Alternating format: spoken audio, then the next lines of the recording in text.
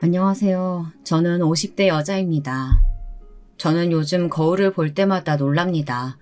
언제 이렇게 늙어버렸나 싶어서요. 저는 하루도 쉬지 않고 일만 하며 살면서 제 얼굴 한번 제대로 들여다볼 시간도 없었던 것 같아요. 늙고 볼품없는 외모도 속상했지만 사실 가장 속상한 건 그렇게나 열심히 살았는데 이 나이 먹도록 마음 놓고 쉴 수 있는 내 집 하나 없다는 게 너무 서러웠습니다. 저는 사실 동네에서 알아주는 졸부집 며느리였어요. 저희 시아버지는 좋게 말해 대부업이지 사실 돈놀이를 하시는 분이셨죠. 시장 사람들이나 농사 짓는 순진한 사람들을 상대로 돈을 빌려주고 고리대금을 받는 일을 아주 오랫동안 해오신 분이셨어요. 동네 사람들 사이에서도 아주 악독하다고 소문난 분이셨죠. 그런 집안에 제가 어떻게 시집을 가게 되었냐고요? 사실 저희 친정은 시댁과는 전혀 다른 집안이었어요. 2대째 교육자 집안으로 할머니 그리고 저희 아버지까지 모두 다 선생님이셨거든요. 그런데 그런 집안에서 아무리 돈이 많다고 해도 순진한 동네 사람들한테 이자 장사나 하는 집안에 자식을 시집 보냈을까 싶지만 사실 저는 팔려온 거나 다름없었습니다. 지금 젊은 사람들은 상상도 할 수 없는 일이겠지만요. 제가 살던 시골에서는 그때까지만 해도 여자가 20살만 넘어도 시집 보내라고 이 집 저 집에서 중매가 들어왔어요. 저야 그래도 아버지께서 대학이라도 보내주셔서 졸업이라도 한 거였죠. 그런데 졸업하자마자 선도 아니고 지금 당장 식을 올리라고 할 줄은 몰랐습니다. 거기다가 제가 당장 시집을 가야 하는 이유가 얼마 전에 돌아가신 할아버지의 장례식에서 난리를 쳤었던 빚쟁이 때문이라고 하더라고요. 바로 몇 개월 전에 할아버지께서 갑자기 뇌출혈로 돌아가셨어요. 그런데 할아버지 장례식장에 대부업체 직원들이라는 사람들이 우르르 찾아왔습니다. 사실 말이 대부회사였지 이 동네 사람이라면 누구나 다 아는 유명한 깡패들이나 다름없었어요. 당신 아버지가 지금까지 빌린 이자가 얼만 줄 알아?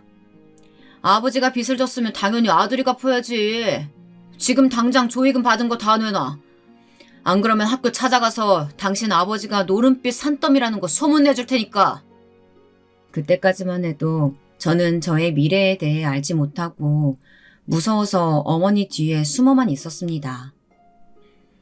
그런데 알고 보니 할아버지께서는 가족들 모르게 오랫동안 노름을 하셨더라고요.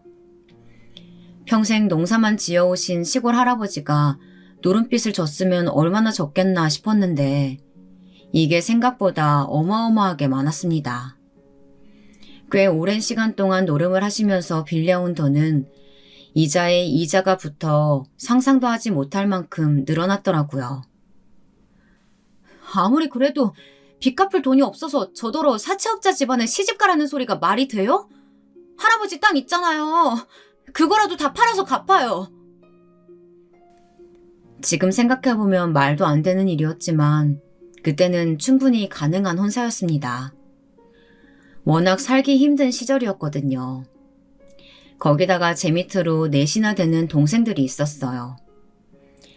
할머니 연금에 아버지가 벌어오는 월급 가지고 간신히 먹고 살았죠. 그 와중에 저 대학까지 졸업시킨다고 아버지는 은행 빚까지 있으셨으니까요. 집안 상황이 좋지 않은 건 저도 잘 알고 있었습니다. 그래서 더는 고집 피울 수가 없었어요. 지금 당장 할아버지 빚이라도 해결이 돼야 아버지도 한시름 놓으실 테니까요. 제가 승낙을 하자마자 눈 깜짝할 사이에 결혼식 준비는 일사천리로 이루어졌습니다. 남편 얼굴은 결혼식 한 달 전 상견례 자리에서 처음 봤어요. 처음 남편을 만난 날을 저는 50이 넘은 지금까지도 생생하게 기억하고 있습니다. 너무도 충격적이었거든요. 식당 안에 남편이 들어오자마자 저희 부모님 두 분 다 제 눈을 똑바로 바라보지 못하셨어요. 왜냐면 제 남편 될 사람은 장애인이었거든요. 다리가 한쪽밖에 없었죠. 악덕하기로 유명한 삽채업자가 그 많은 빚까지 없애주며 장남을 결혼시키려고 한 이유가 바로 이거였던 거예요. 아들에게 피치 못할 장애가 있고 홍기는 꽉 찼으니 시아버지께서는 어떻게든 아들을 장가보내기 위해 마땅한 며느리감을 찾던 중 제 이야기를 듣고 적당하다 싶었던 겁니다. 역시 내가 사람 보는 눈이 있다니까. 사돈댁이 교육자 집안이라 그런지 며느리 될 아이가 차마니 아주 마음에 드네요. 거기다가 대학을 나와서 그런가 아주 지성이 온몸에 흐르네요. 여자가 대학물은 먹어서 뭐해요. 괜히 머리 좋으면 쓸데없이 돈만 많이 들고 말만 많지. 이에 편내가 사돈때 분들 앞에서 못하는 말이 없어. 사돈, 기분 나빠하지 마세요. 이 사람이 무식해가지고 세상 돌아가는 걸 몰라서 하는 소리니까. 우리 애가 공부만 하던 애라 부족한 게 많습니다. 저희야말로 부족한 딸 잘 부탁드려요. 부족하기는요. 우리 집안에 대학물 먹은 사람이라고는 우리 며느리가 처음인데. 제가 알아서 아주 사모님처럼 떠받들어 모셔야죠. 딸 걱정은 하지 마시고 마음 푹 놓으세요, 사돈. 이미 결혼식 날짜는 잡아놓은 상태였고 빚도 다 정리가 되었으니 결혼을 미룰 방법 같은 건 없었습니다. 저희 친정부모님은 결혼식 날까지도 제 손을 붙잡고 꾹 참고 살라고 하셨어요. 지금처럼 먹고 살기 힘든 시대에 그 대궐 같은 집에서 먹고 살 걱정 안 하고 살 수 있는 게 얼마나 복이냐고 하시면서요. 저는 결혼식 전날까지 펑펑 울었습니다. 시집가기 싫어서요. 아무래도 만남이 만남이다 보니 처음부터 제가 돈에 팔려왔다고 생각했어요. 그래서 평생 장애인 남편 뒤지다거리만 하는 건 아닌가 걱정이 됐죠. 그런데 제 생각이 짧아도 너무 짧았습니다. 남편은 제가 생각한 것과는 달랐어요. 남편은 재주가 아주 많은 사람이었습니다. 남편은 시아버지의 회사에서 자선사업의 일환으로 운영하는 장애인 재단에서 이사장으로 일하고 있었어요. 저와 결혼하면서 시아버지께서 세금 문제로 저와 남편의 명의로 작은 건물을 매입하셨습니다. 그 건물은 사실 시아버지 이미지 세탁용이었기 때문에 남편은 사실상 할 일이 없었어요. 그러다 보니 남편과 저는 매일 함께 집에 있었습니다. 장모님께 들었는데 당신 어릴 때 울다가 카스테라만 보면 눈물을 뚝 그쳤다면서. 집에서 심심해서 내가 한번 만들어봤는데 먹어볼래? 카스테라를 집에서 만든다고요? 난 친구도 별로 없고 집에서 지낸 시간이 워낙 많아서 혼자 음식 만들면서 노는 걸 좋아했어. 카스테라뿐만 아니라 웬만한 건 다 만드니까 먹고 싶은 거 있으면 언제든지 얘기해. 지금이야 음식도 만들고 집안일 하는 남자들이 흔하디 흔해졌다지만 그 시대에는 그렇지가 않았습니다. 남편은 제가 결혼하기 싫어서 펑펑 울었던 게 미안해질 만큼 좋은 사람이었어요. 저희 부부는 결혼하고 난 이후 천천히 서로에 대해 알아갔습니다. 남편과 이런저런 옛날 이야기들을 하며 알게 됐는데 남편은 선천적으로 장애인은 아니었더라고요. 후천적으로 사고가 나서 장애인이 된 거였어요. 남편이 중학생 때 친구들과 산에 놀러 갔다가 미끄러운 돌을 밟고 산 아래로 떨어졌대요. 다행히 3일 만에 구조대가 왔지만 3일 동안 바위 사이에 끼었던 다리 부분이 괴사해서 수술을 할 수밖에 없었답니다. 그때 당시에는 절단밖에 방법이 없어서 오른쪽 무릎 아래를 모두 다 절단한 것이었죠.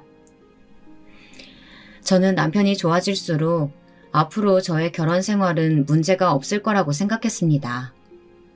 그런데 그게 아니더군요. 현실은 그렇게 녹록지 않았어요. 물론 결혼하기 전부터 저희 시댁이 문체가 많은 집이라는 건 알고 있었습니다. 그런데 이 정도인 줄은 몰랐어요. 남편이 일하는 장애인 재단이 생각보다 문제가 많더라고요.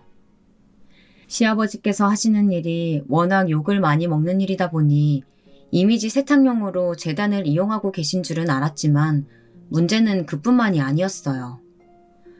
아버지, 재단 돈 가지고 세금 세탁하시는 거 제발 그만 좀 하세요. 동네 사람들 등쳐먹는 것도 모자라서 저 같은 장애인들까지 이용하시는 거 양심에 안 찔리세요? 내가 찔리긴 왜 찔려? 이게 다 널 위해서 하는 거 아니냐? 네가 나 아니면 어디 가서 재단 이사장 자리에 앉아 보겠어? 저 이사장 자리에 앉고 싶다고 한 적 없어요. 어차피 제가 하는 일도 없잖아요. 이 동네 졸부들 재단에 기부한답시고 그 돈 받아서 세금 세탁해서 다시 돌려주려고 그렇게 저 이용하시는 거잖아요. 그 졸부들이 우리 뒤 다 봐주니까 우리도 안전하게 사업하는 거 몰라서 그래? 그게 다 상부상조라고. 하긴 너처럼 마음 약한 놈이 뭘 알겠어. 하기 싫으면 당장 그만둬라. 너 아니어도 이사장 자리에 앉고 싶어하는 사람 많다. 그래요. 매일 그 다리로 사진 찍히러 나가는 것도 힘들 텐데 그게 불만이면 나한테 넘겨. 난 아버지가 돈만 주시면 뭐든지 다 할 수 있으니까. 도련님은 밖에서 깡패들만 상대하시니까 재단 일을 너무 모르시네요. 형 정도로 인물도 좋고 머리도 좋으니까 그 자리에 있을 수 있는 거예요. 도련님은 감히 꿈도 못 꾸죠. 형수, 지금 말 다 했어요? 내가 다리 하나밖에 없는 형보다 뭐 못났다는 얘기예요? 어머, 내 얘기가 그렇게 들렸어요? 그럼 그게 맞나 보죠 뭐. 애미 너, 지금 감히 내 아들한테 무슨 소리 하는 거야? 네가 똑똑하다고 오냐오냐 해줬더니 아주 기고만장해졌구나. 아, 다들 시끄러워. 애미 말 틀린 거 없다. 작은 놈보다야 큰 놈이 그래도 머리 돌아가는 게 훨씬 낫지. 시어머니는 남편보다 언제나 도련님을 더 챙기시면서 편애했어요. 하지만 그래도 아버님께서는 매일 술이나 먹으러 다니고 욱하는 도련님을 신용하시지 않는 눈치였죠. 도련님은 남편과는 전혀 다른 스타일이었거든요. 남편은 장애가 있다는 것 말고는 단점이 전혀 없는 사람이었습니다. 정직하고 마음이 따뜻한 사람이었죠. 하지만 도련님은 달랐어요. 매일 룸사롱이나 들락거린다고 시아버지에게 혼나는 걸 한두 번 본 게 아니었거든요. 그리고 하는 일이라고는 돈을 빌려간 사람들을 찾으러 다니고 떼인 돈을 받으러 다니는 직원들을 관리하는 일밖에 없었어요. 사실 말이 좋아 관리지 깡패 두목이나 다름없었죠. 거기다가 하는 짓도 깡패나 다름없었어요. 수준이 아주 밑바닥이었거든요. 제가 처음 결혼해서 시댁에 들어왔을 때 저를 희롱하기까지 했습니다. 형수, 아유, 오늘은 얼굴이 아주 탱글탱글 뽀얀 게 우리 형이 다리는 못 써도 다른 데는 아주 쓸만한가 봐요. 도련님, 아무리 배운 게 없어도 말 좀 가려서 하시죠. 한 번만 더 그런 식으로 얘기하시면 아버님께 말씀드릴 거예요. 아이고 무서워라. 역시 우리 잘난 형수는 대학물 드셔서 그런가. 잔소리하는 것도 참 우아하세요. 나도 우리 형수처럼 고고하고 우아한 마누라랑 살고 싶네. 그게 어디 쉽겠어요? 똑똑한 마누라가 두루님이랑 말이 통하기가 쉽지 않을 텐데요. 뭐예요? 형수! 저번부터 자꾸 나 무시하는데 형수가 그럴 자격이 있어요? 고작 빚 때문에 다리 없는 남자한테 팔려온 주제에. 네, 맞아요. 나 팔려왔어요. 근데 저는 오히려 팔려오길 잘했다고 생각해요. 안 그랬으면 제가 어디 가서 저렇게 좋은 남편 만났겠어요? 사실 저는 도련님이라고 부르고 싶지도 않았습니다. 무식하고 천박한 게 상종하고 싶지도 않았거든요. 한배에서 나왔는데 제 남편과는 어쩜 저렇게 다를까 싶었습니다. 그런데 그때부터 시아버지의 사업은 본격적으로 커지기 시작했어요. 재개발 사업까지 손을 대셨죠. 오래되고 낙후된 동네를 건설회사와 손잡고 재개발하겠다고 동네 사람들을 선동하셨어요. 그러던 와중에 도련님이 큰 사고를 쳤습니다. 그 사고로 제게 동서가 생겼어요. 어느 날이었습니다. 시아버님이 아직 집에 들어오실 시간이 안 됐는데도 급하게 들어오셨더라고요. 그리고는 얼마나 화가 나셨는지 새빨개진 얼굴로 도련님을 찾으셨습니다. 저는 도련님이 식사 중이라 주방에 있다고 했죠. 그러자 시아버지는 제가 들고 있던 빗자루를 달라고 하시더니 씩씩거리며 주방으로 들어가셨습니다. 아버지! 왜 이래요? 밥 먹을 땐 개도 안 건드린다는데 갑자기 빗자루를 왜 때리고 그래? 너 이 새끼야! 하필이면 지금 이 중요한 타이밍에 그 거지 같은 집구석 딸내미를 임신시켜? 그래놓고 지금 밥이 넘어가? 그렇게 여자 뒷공무니만 졸졸 따라다니더니만 도련님은 결국 대형 사고를 치고 말았더군요. 동네에 오래되고 유명한 순댓국집이 있습니다. 그 가게가 시아버지께서 하시는 재개발 지역에 알박기를 하고 안 나가고 있는 집 중 하나였죠. 저도 그 집을 아는 게 할머니께서 혼자 몸으로 아들이 버리다시피 두고 간 손녀를 혼자 키운다는 얘기를 들은 적이 있습니다. 그리고 지금은 손녀가 할머니를 도와 가게 일을 함께 돕고 있다고 들은 적이 있거든요. 그런데 글쎄 도련님께서 그 집 단골이었답니다. 거기다가 그 순진한 손녀를 임신까지 시켰다네요. 임신한 여자의 아버지라는 사람이 아주 막무가내인가 보더라고요. 술을 잔뜩 먹고 재개발 현장에 나타나서는 소주병을 바닥에 마구 던져대며 시아버지께서 자기 어머니 가게도 빼앗아 가려고 하고 자기 딸 인생까지 망쳤다며 보상 안 해주면 불질러버리고 깽판을 찔 거라고 난리를 피웠다네요. 아버지는 그런 알코올 중독자가 하는 말을 믿어? 자기 딸 팔아서 어떻게든 한몫 제대로 잡으려고 그러는 거잖아. 그냥 몇 푼 주고 보내. 아버지 돈 많잖아. 이 미친 새끼가. 내가 그걸 몰라서 이러겠어? 그래서 처음 왔을 때 돈 주고 대충 해결하려고 그랬더니만 이 아비라는 작자가 오늘 재개발 현장에 나타났다니까? 몸에다가 석유 한 통을 다 붓고 라이터까지 들고 기자들 앞에서 생쇼를 했어. 시아버지는 질릴 대로 질린 얼굴이었어요. 재개발 사업으로 가장 중요한 이 시기에 기자들까지 나서서 안 좋은 기사가 흘러나오면 아무래도 사업상 일이 틀어질 수도 있었으니까요. 시아버지께서는 임신한 여자의 아버지라는 사람은 아예 말이 통하지 않는 사람이라면서 아이도 책임지고 가게도 지금 당장 이사시킬 수 있는 방법이 있답니다. 설마 사돈이 하는 사업에 죄를 뿌리겠어? 내가 새로 건물 올라가면 거기에 제일 좋은 자리에 순댓국집 차려준다고 할 테니까 넌 잔말 말고 장가갈 준비나 해라. 저는 제 눈으로 직접 보고 귀로 듣고도 이게 무슨 일인가 싶었습니다. 사실 빚 때문에 시집 온 제가 할 말은 아니었지만 이 집 아들들의 혼사는 언제나 이렇게 어이없게 이루어져 버리는군요. 그런데 저와 동서가 될 여자의 친정아버지라는 분이 정말 대단한 게 저희 부모님만큼이나 딸을 가지고 장사를 하셨더군요. 재개발 이후 고작 가게 하나 받자고 그 난리를 친 게 아니라면서 아예 돈을 요구했대요. 당시에 서울의 아파트 한 채는 살 수 있는 돈을 말이죠. 이미 동네는 재개발하겠다고 다 파헤쳐진 상태였으니 시아버지도 어쩔 수 없이 동선의 아버지 요구를 들어주셨더라고요. 저는 처음 동서를 만난 날을 잊을 수가 없어요. 결혼 전 인사를 하러 집에 왔었는데 동서는 입덧이 심한지 음식도 먹질 못하고 얼굴에 핏기도 하나도 없더라고요. 아까 식사할 때 보니까 아무것도 못 먹던데 이거 내가 무친 생채예요. 집에 가져가서 입맛 없을 때 밥에 쓱쓱 비벼 먹어요. 새콤해서 먹을만 할 거예요. 감사합니다.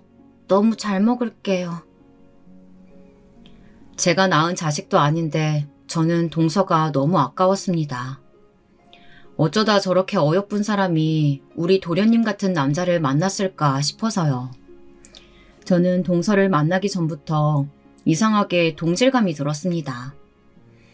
저도 모르게 둘 다 기구한 팔자라 우리가 닮았다고 생각했나 봐요.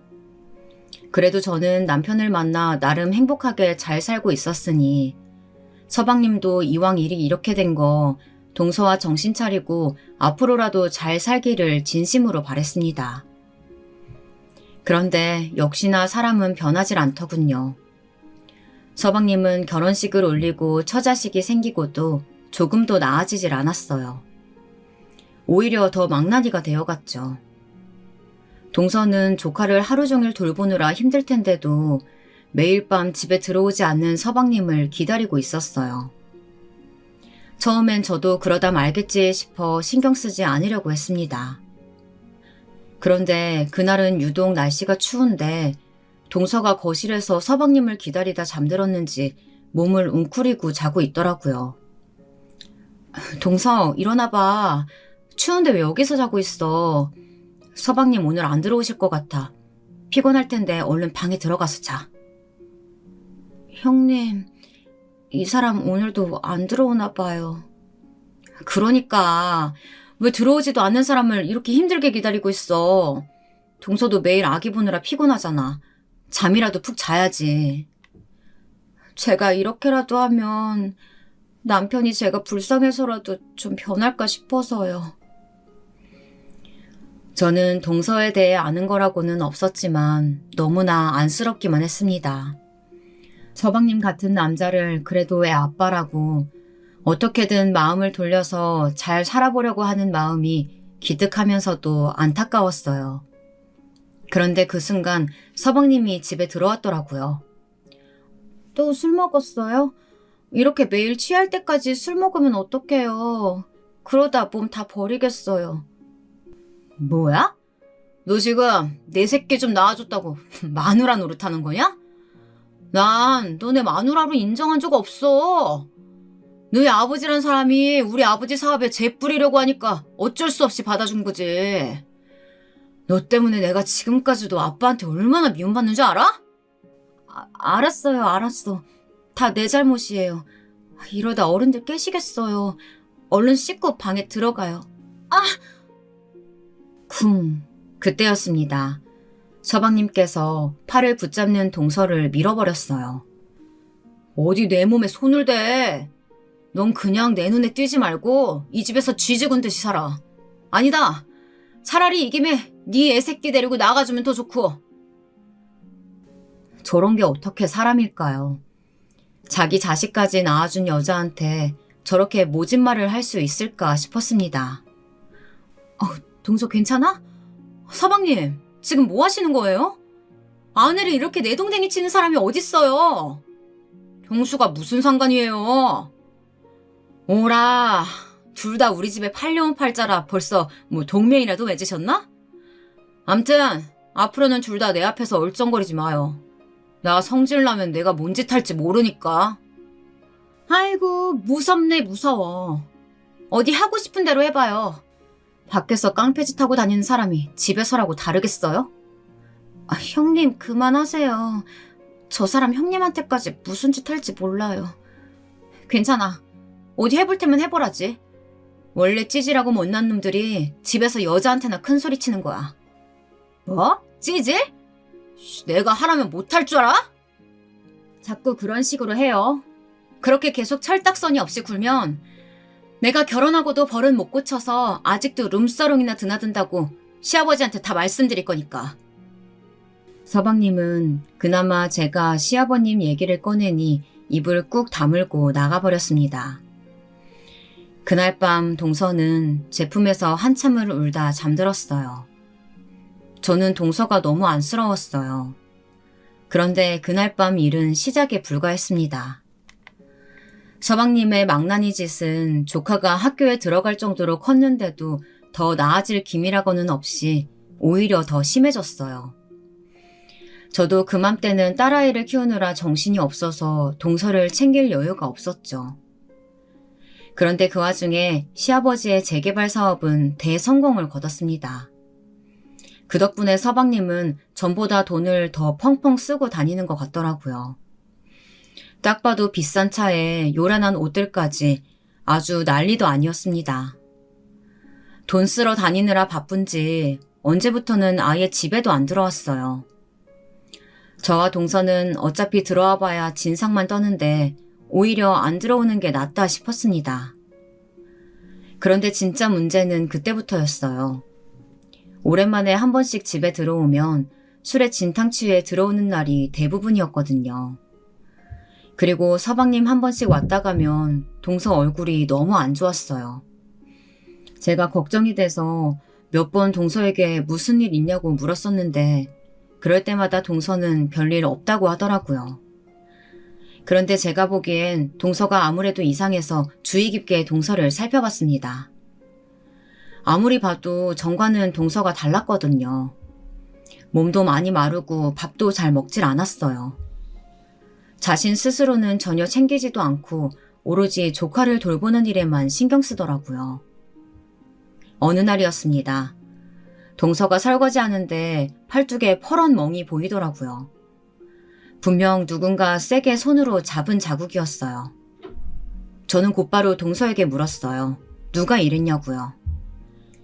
그런데 동서는 처음엔 아무 일 아니라고 잡아댔습니다. 저도 더는 모른 척할 수가 없었어요. 집에 자주 들어오지도 않는 서방님이 왔다 갈 때마다 조금씩 늘어나는 상처를 눈 감아줄 수는 없었습니다. 설거지하던 동서를 앉혀놓고 저는 집요하게 물었습니다. 그러자 결국 동서도 힘겹게 입술을 떼더군요. 여자가 생겼다고 이혼해달래요. 나도 자기랑 살기 싫으면서 참지 말고 그냥 이혼 좀 해달라고 사정을 하더라고요. 동서, 내가 이런 말 하면 안 되지만 어차피 지금까지도 남남처럼 살았는데 그냥 이혼해주고 위자료라도 받아서 편하게 살아. 저라고 저런 인간하고 살고 싶겠어요? 그런데 그 인간이 합의 이혼해달래요. 저희 아버지한테 뜯긴 돈만 수억이라 시아버지께서 절대 저한테는 위자료는 뭐니 한 푼도 못 준다고 하셨대요. 겪으면 겪을수록 대단한 집구석이었습니다. 서방님도 서방님이었지만 시아버지라는 분은 더 대단하신 분이었어요.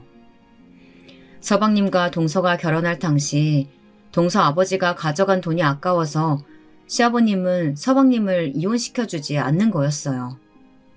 동서에게 줄 위자료가 아까워서요. 그래서 서방님은 동서에게 합의 이혼을 하자고 난리를 치는 거였습니다. 그날은 조카와 딸아이를 일찌감치 재우고 저와 동서는 함께 꽃게탕에 소주를 한잔 했습니다. 서방님 때문에 속상해도 언제나 나쁜 소리 한 번 안 하고 하소연 한 번 제대로 하지 못하는 동서가 답답하고 안쓰러워서요. 술에 취해서라도 욕이라도 한 번 하라고 했죠. 그런데도 착하기만 한 동서는 웃기만 할 뿐 아무 말도 하지 않았습니다. 그런데 그때였습니다. 또 술에 취해 들어온 서방님이 갑자기 동서를 데리고 방으로 끌고 들어가려고 하더라고요. 저는 놀라서 동서 팔을 붙잡으며 따라 들어가려고 했어요. 그런데 동서는 오히려 제게 괜찮다며 들어가 주무시라고 하더라고요. 저는 잠이 오질 않았습니다. 분명 서방님의 태도가 평소와는 좀 달라 보였거든요. 눈이 완전 돌아 있었어요. 그래서 동서방에 가서 노크했습니다. 괜찮은가 해서요. 그런데 안에서는 아무 소리도 안 들리고 문도 잠겨 있었습니다. 저는 안 되겠다 싶어서 곧바로 시아버지 방에 달려가 도움을 청했어요. 아무래도 동서가 걱정된다고요. 너 지금 제정신이니? 쥐 남편이 마누라 데리고 방에 들어가서 문을 잠갔는데 그게 뭐가 문제라고? 그걸 시애비한테 일러 바쳐? 쓸데없는 짓 하지 말고 들어가서 잠이나 자라. 역시나 시아버지는 도와주시지 않았어요. 오히려 저를 이상한 사람 취급하셨죠. 저는 그날 밤 너무 힘들었습니다. 제가 동서를 도울 수 없다는 사실이 너무 힘들었어요. 그런데 다음 날 아침 식사 준비 자리에 나타난 동서 얼굴에는 역시나 전날 없었던 새파란 멍이 들어있었습니다. 이게 뭐야? 서방님이 때렸어? 아니에요. 제가 자다가 굴러다녔는지 벽에다 박았어요. 동서, 왜 그래? 그걸 말이라고 해? 왜 나한테까지 거짓말을 해? 사실대로 말해. 서방님이 그런 거지? 안 되겠다. 이리 와. 저는 그 길로 시아버지와 시어머니 앞에 동서를 데리고 갔습니다. 어젯밤 제 부탁을 들어주셨으면 생기지 않았을 상처가 동서 얼굴에 생겼으니까요. 그리고 다시 한번 시아버지에게 부탁했어요. 제발 서방님을 좀 말려달라고요. 그런데 돌아온 대답은 처참하기만 했습니다. 마누라가 얼마나 말을 안 듣고 잘못했으면 남편이 때렸겠어. 그래, 내가 언젠가 그럴 줄 알았어. 매일 울상에서는 힘이라고는 없이 비실비실 다니는데 어떤 남편이 예뻐하겠어? 어머니, 동서 얼굴을 보고도 그런 소리가 나오세요? 애들도 생각하셔야죠. 애들이 뭘 보고 배우겠어요. 뭘 보고 배우긴 뭘 보고 배워. 가장 말을 잘 들어야겠다 라고 배우겠지. 서방님을 보면서 어디서 저런 무식하고 몰상식한 놈이 나왔나 했더니만 시아버지 시어머니를 아주 절묘하게 섞어놓은 것이었어요. 오히려 저희 남편이 돌연변이라고 하는 편이 낫겠다 싶었죠. 저는 도대체 이 일을 어떻게 해야 좋을지 몰라서 남편과 상의를 했습니다. 저는 동서를 이대로 두고 볼 수만은 없었거든요. 저도 우리 시댁이라면 아주 지긋지긋했지만 그래도 남편이 있어서 참고 살 수 있었던 거였어요. 도대체 어떻게 하면 동서를 도울 수 있을까 걱정만 하며 정작 구체적인 방안은 떠올리지 못하던 사이 동서의 얼굴과 몸에는 매일매일 상처가 늘어났습니다. 동서, 이 지경이 될 때까지 왜 나한테 말을 안 했어? 나랑 병원 가자. 병원 가서 사진도 찍고 경찰에 신고도 해. 내가 증인해줄게. 저 인간 돈 안 주고 합의 이혼해달라고 저러는 거예요. 매일 때리고 물건 때려 부수면 제가 무서워서 합의해줄 거라고 생각하나 봐요. 재수씨, 미안해요. 내가 너무 미안해요. 아주버님이랑 형님이 왜 미안해요. 이게 다 제 팔자가 박복한 탓인데. 안 되겠어요. 우선 사람부터 살리고 봐야지. 우리가 도와줄 테니까 동서는 지금 당장 짐부터 싸. 그날 저는 어디서 그런 용기가 났는지 모르겠습니다. 하지만 동서의 얼굴에 퍼런 멍과 앙상하게 마른 팔다리를 보는데 더는 제가 견딜 수가 없었어요. 이 집은 지옥이었어요. 어떻게든 동서를 탈출시켜야만 했습니다. 저는 남편과 그 길로 은행에 가서 대출을 받았어요. 남편이 이사장으로 있는 장애인 재단 건물이 아직 저와 남편 공동명의로 되어 있었거든요. 사실 시아버지께서 건물을 저희에게 진짜로 주신 건 아니었어요. 이미 시아버지 앞으로는 건물이 몇 개나 있는 상태이기도 했고 장애인은 세금 혜택을 받을 수 있으니 남편 앞으로 해두신 거였죠. 언제 어떻게 걸려서 시아버지에게 쫓겨나게 되더라도 지금은 이 방법밖에 없었습니다. 형님, 아주버님, 제가 어떻게 이 돈을 받아요? 동서, 이 집안 사람들한테 이 정도 돈 받을 자격이 있어. 위자료라고 생각하고 이 돈 가지고 최대한 멀리 떠나. 그리고 우리 걱정하지 말고 아들이랑 행복하게 살아. 다신 돌아오지 마. 알았지? 그렇게 동서는 제가 억지로 지어준 5천만 원을 가지고 떠났습니다. 그 이후에 어떻게 됐냐고요? 동서가 하루아침에 사라졌지만 시부모님도 서방님도 전혀 신경 쓰지 않았어요. 오히려 시원해하는 것 같았죠. 그렇게 시간은 흘렀습니다. 지난 몇 년 동안 한 번도 건물에 대해 이야기하지 않으시던 시아버님께서 갑자기 그 건물을 팔고 다른 곳에 투자하신다면서 저희에게 은행에 가야 한다고 하시더라고요. 그래서 할 수 없이 저희는 대출받았었다는 사실을 솔직하게 이실직고했습니다. 그날 집안은 발칵 뒤집어져 버렸죠. 이것들이 순진한 척하더니만 감히 내 뒤에서 일을 꾸며? 너네 그 돈 어디다 썼는지 빨리 말해! 시아버지는 화가 나서 난리가 나셨어요. 대출받은 돈을 어디다 썼는지 빨리 말하라고 하셨죠. 사실대로 말할 수는 없었습니다. 저는 차라리 제가 미움받는 길을 선택하기로 했습니다. 저희가 동서에게 그 돈을 준 걸 알면 시아버지는 아마 지구 끝까지라도 동서를 찾으러 가셨을 테니까요. 아버님, 사실은 제 동생 장가 보낼 때 제가 좀 도와줬어요. 미리 말씀 못 드려서 죄송해요. 으이그, 이래서 없는 집이랑은 사돈 맺는 게 아닌데 너희 친정은 도대체 선생이라고 잘난 척만 할 줄 알지 어쩜 없어도 그렇게 없니? 아무리 그래도 나한테 말은 했어야지. 그렇게 큰 돈을 나랑 상의도 없이 너네 마음대로 써? 네가 아주 간이 배 밖으로 튀어나왔구나. 제가 생각이 짧았습니다. 죄송해요. 그 일로 저는 아주 된통 미움을 샀습니다. 제게 한 번도 뭐라고 하신 적 없던 시아버지께서 그 일로 저를 아주 대놓고 미워하셨어요. 어느 날은 빨래를 가지고 또 어느 날은 청소를 가지고 사사건건 화를 내셨죠. 그러더니만 결국은 제 앞에서 상까지 엎어버리시더군요. 아침상이 이게 뭐야? 너는 집에서 살림만 하는 애가 아침상을 이렇게밖에 못 차려? 이딴 거 먹고 시아버지더러 일하러 나가라는 거냐? 밥도 못 차려 아들도 못 낳아. 너 이따위로 할 거면 우리 집에서 나가. 아버지, 제발 그만 좀 하세요. 정말 창피해서 살 수가 없어요. 다 큰 소녀도 있는 앞에서 부끄럽지도 않으세요? 뭐야?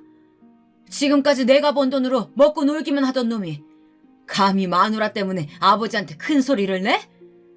이 괘씸한 놈. 꼴도 보기 싫으니까 다 나가라. 네, 나가드리죠. 저도 더는 아버지랑 한 집에서 못 살겠어요. 뭐야?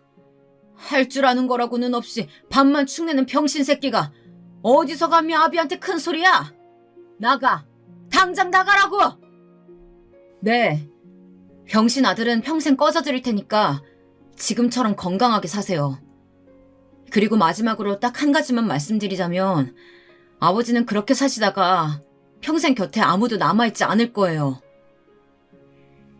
결국 저와 남편 그리고 딸아이까지 그 지옥 같았던 집에서 뛰쳐나왔습니다. 미안해. 이게 다 나 때문이야. 지금이라도 다시 집에 돌아갈까? 혹시 모르잖아. 아버지께서 다시 받아주실지. 여보, 당신 지금까지 참을 만큼 참았어. 그리고 당신 잘못 아니야. 내가 동서 도망가는데 도와주자고 했잖아. 그 돈 때문에 아버지께서 그렇게 화가 나신 거고. 근데 이제는 나도 더는 그 집으로 돌아가고 싶지 않아. 걱정하지 마. 내가 어떻게 해서든 당신이랑 우리 딸 책임질 테니까. 그때는 도대체 무슨 자신감으로 남편 앞에서 당당히 제가 다 책임지겠다고 말했는지 모르겠습니다. 그렇게 온갖 고생이라는 고생 다 하며 살아놓고도 아직도 세상 물정을 몰랐었나 봐요. 남편은 결혼하고 살림만 하던 사람이 어디 가서 무슨 일을 하느냐고 걱정했지만 저는 믿는 구석이 있었습니다. 그래도 제게는 명색이 4년제 대학 졸업장이 있었으니까요. 저로서는 어떻게든 취직은 되겠지 싶어서 여기저기 사람을 뽑는다는 회사에는 몽땅 다 이력서를 보냈습니다. 그런데 제가 세상을 너무 쉽게 봤더군요. 졸업하고 바로 결혼해서 사느라 나이만 먹었지 직장 생활을 해본 이력이 없었으니 이력서를 아무리 많이 보내도 연락 오는 곳이 거의 없었어요. 그러다 제 상황을 알고 안쓰럽게 생각하셨던 직업소개서 사장님께서 저를 채용하셨어요.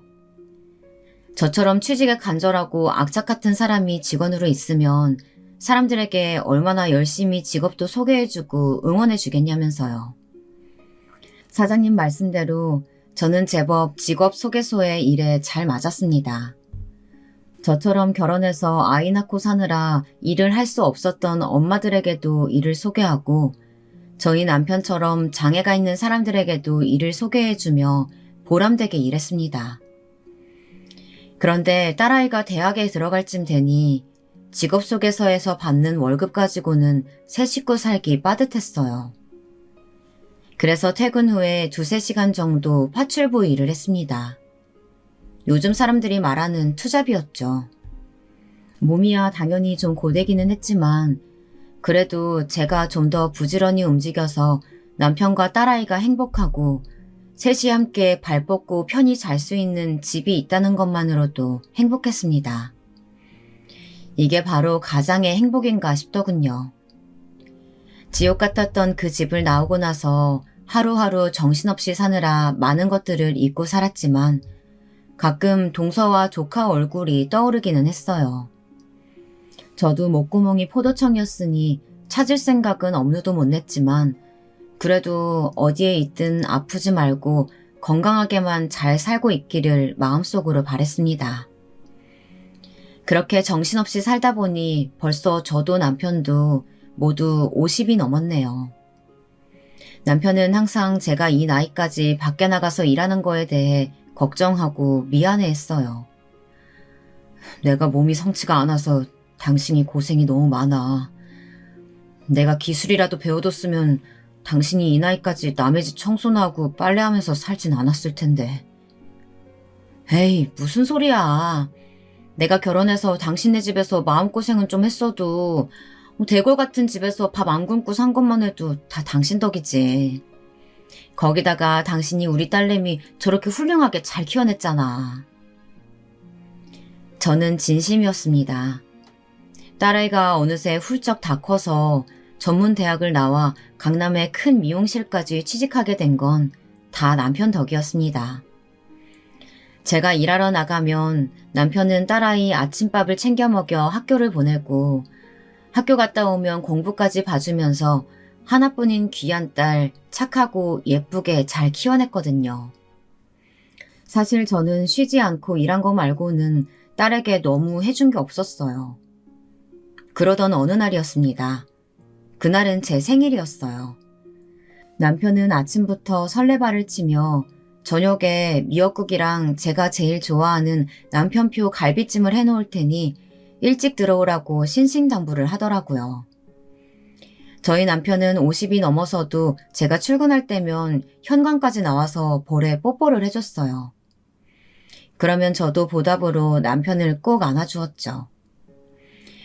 우리 부부의 시작은 분명 사랑은 아니었지만 지난 시간을 함께 살아오며 쌓아오고 이루어낸 것들이 우리 부부의 사랑이자 역사였어요. 그런데 하필이면 그날 파출부일이 제가 제일 싫어하는 젊은 사모님 댁이더라고요. 제가 파출부 아르바이트를 하면서 별의별 여자들을 다 만나봤지만 이 여자는 손에 꼽힐 정도의 진상이었어요. 사실 저도 그 집에는 너무 가기 싫었습니다. 하지만 저 말고도 그 집에 다녀온 여사님들마다 다들 학을 떼고 다시는 안 간다고 하니 어쩔 수 없이 소개서에서 일하는 제가 가는 거였어요.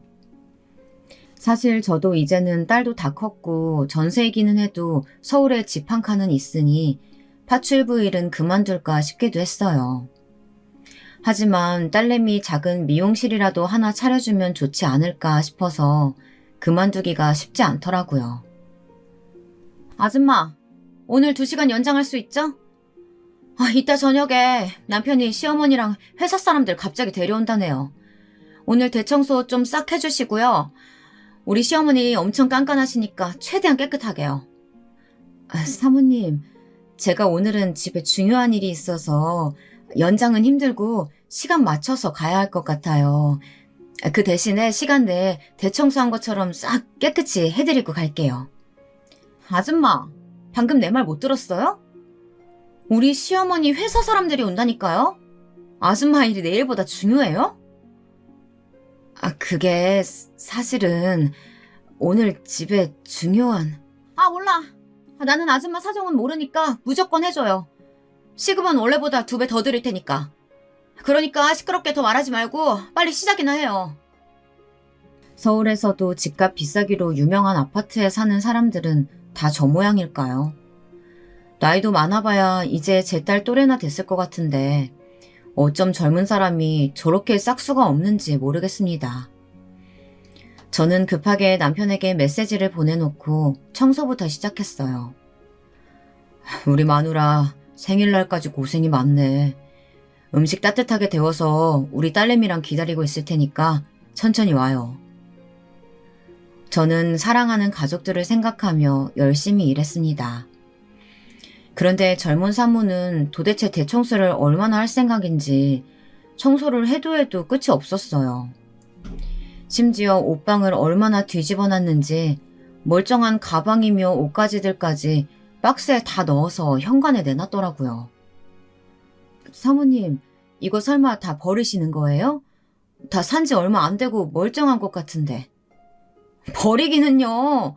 제가 얼마나 아끼는 것들인데요. 우리 시어머니가 아주 노랭이라서 제가 명품 사는 거 알면 뒤집어질 거예요. 이거 저기 밖에 창고에 넣어둘 테니까 얼른 들고 따라오세요. 이렇게 비싼 집에 살면서 자기보다 나이도 많은 사람한테 하도 못되게 굴길래 부모가 돈이 많아서 철이 없는 공주님인 줄 알았더니만 알고 보니 시어머니가 돈이 많은지 시어머니 눈치를 엄청 보는 것 같더라고요. 정리 다 했으면 들어가서 음식 몇 가지만 좀 해주고 가요. 재료는 냉장고에 다 있으니까. 참, 꽃게 있으면 꽃게탕은 꼭 해야 돼요. 네, 그럼 꽃게탕이랑 다른 음식은 뭐로 준비하면 좋을까요? 그냥 대충 다른 거는 아줌마가 좋아하는 걸로 해요. 우리 시어머니 입맛이 딱 싸구려라서 아줌마랑 딱 맞을 거예요. 어쩜 말을 해도 저렇게 못되게 할 수 있을까요? 저는 아들이 없어서 천만 다행이다 싶었습니다. 저런 며느리라도 들어오면 어쩌나 싶어서요. 저는 음식까지 다 해놓고 일당을 받아 집을 나섰습니다.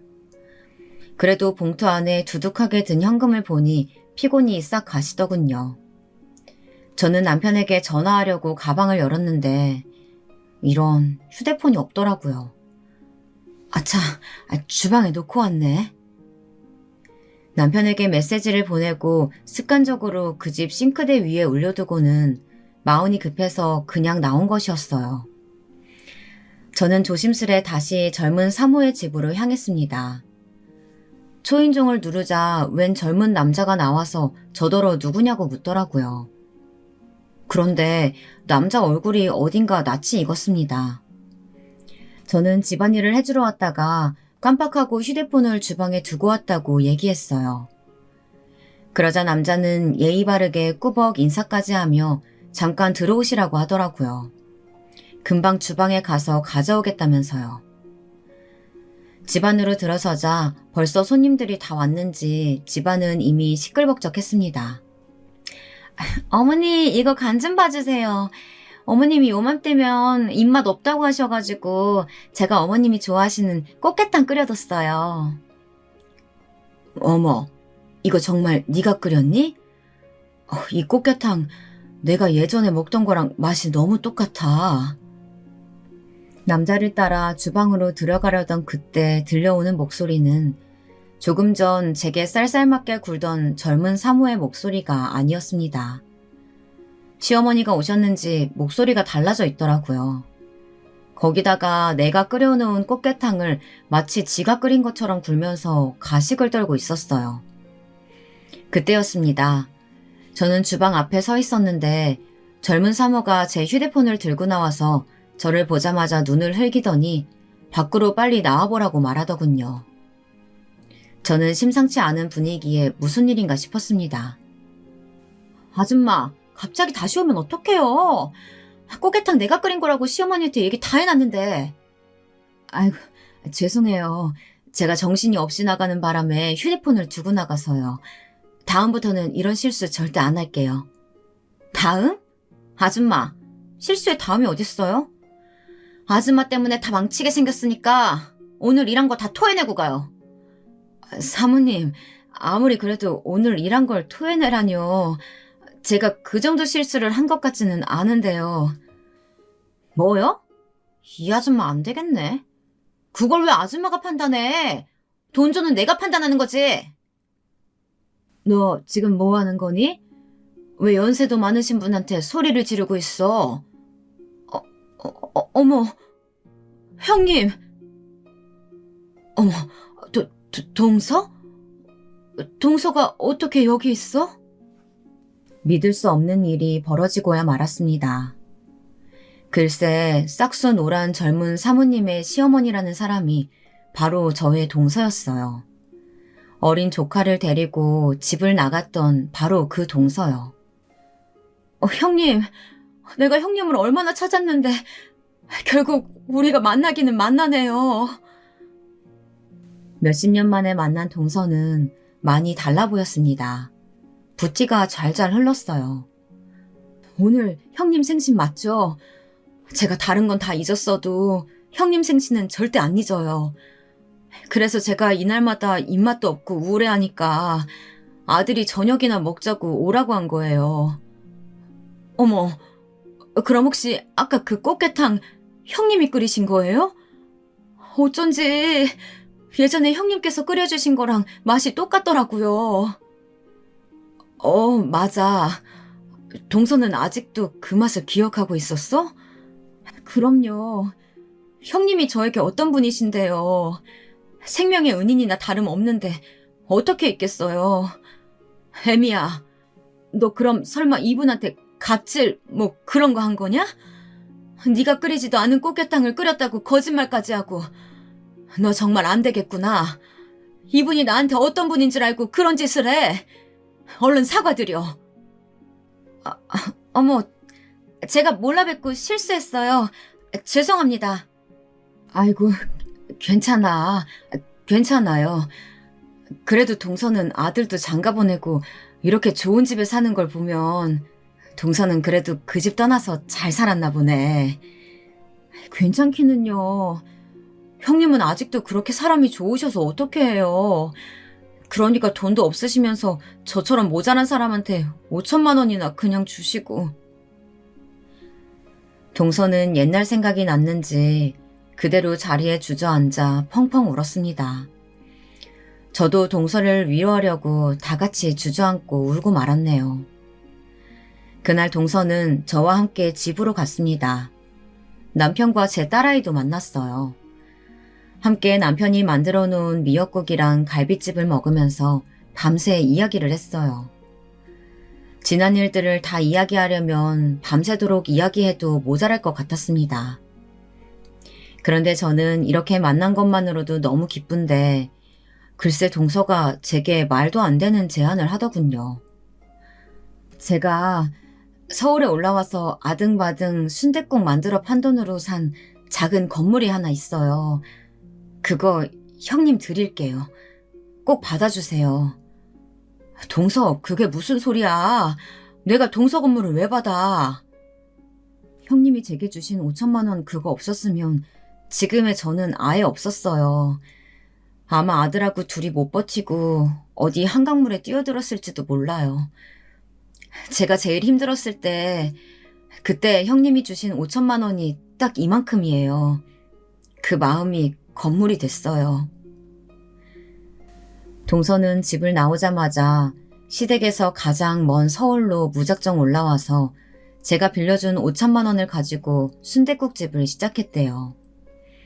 배운 게 도둑질이라고 할 줄 아는 거라곤 할머니께 배운 순댓국밖에 없었으니까요. 그런데 그 순댓국집이 대박, 아니 초대박이 났답니다. 몇 년 사이 분점까지 낸 것도 모자라서 본점까지 넓혀 작은 건물까지 샀다네요. 그리고 조카가 크면서 순댓국 밀키트니 뭐니 하는 사업까지 해서 지금은 순댓국뿐만이 아니라 다른 메뉴들까지 대박이 나 거의 작은 기업이 됐답니다. 동서는 성공한 이후 가장 처음 한 일이 저를 만나기 위해 서방님을 만나는 위험까지 감수하며 시댁에 찾아갔대요. 그런데 제가 이미 남편과 딸아이를 데리고 집을 나갔을 때라 만날 수가 없었던 거죠. 서방님은 만났어?